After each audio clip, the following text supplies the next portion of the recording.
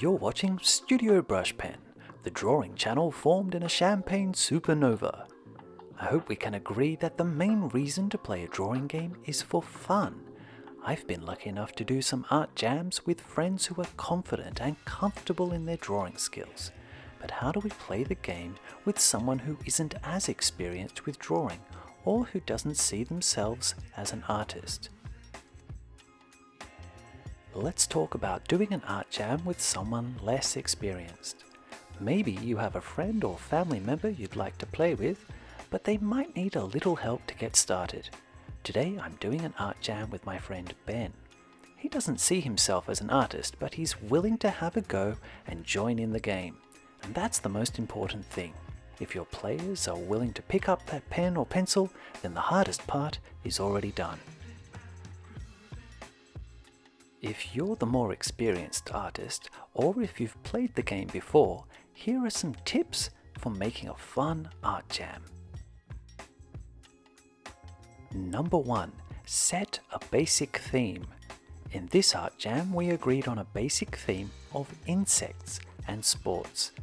In the second art jam, which you'll see in a moment, we agreed on sea creatures.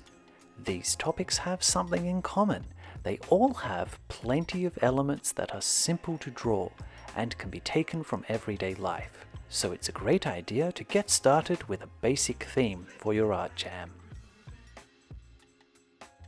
Number 2. Lend a helping hand. If your less experienced player doesn't know how to draw a particular thing but wants to put it in the picture, you can help. I always keep a spare piece of paper next to our main art jam so I can quickly sketch out anything Ben is unsure of how to draw. In this one, it included the shapes for insect limbs, butterfly wings, and different kinds of sports balls. Number 3. Draw a little bit at a time. Instead of expecting each player to complete half a masterpiece, why not just draw a little at a time? This can be a lot of fun as you both talk about the drawing as you go, and maybe discover some happy accidents or surprise twists. It also helps the more experienced artist to gently guide the direction of the picture when needed.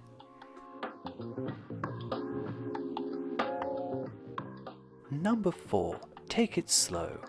Art jams and any drawing games are supposed to be fun, so take your time. As a more experienced player, you might naturally draw quickly, but let your other player or players know they can take as long as they need. Less experienced artists might need a moment to decide where to draw a line, so we don't want to pressure them too much.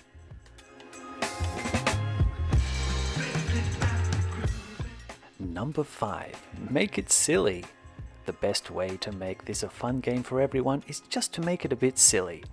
Art jams can be a lot of fun, especially if you put in some unexpected elements here and there.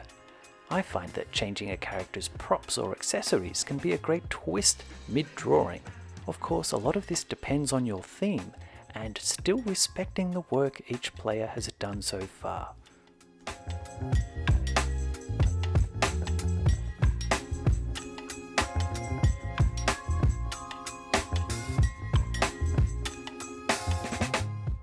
And that's it! Why not try an art jam with a friend or family member today? All it really takes is someone who's ready to pick up a pen and have a go. My thanks to Ben for his fantastic efforts and a wonderful creative spark. I think we can agree that he's an artist today. Any last words, Ben? You're watching Studio Brushpen, where all's fair in love and draw.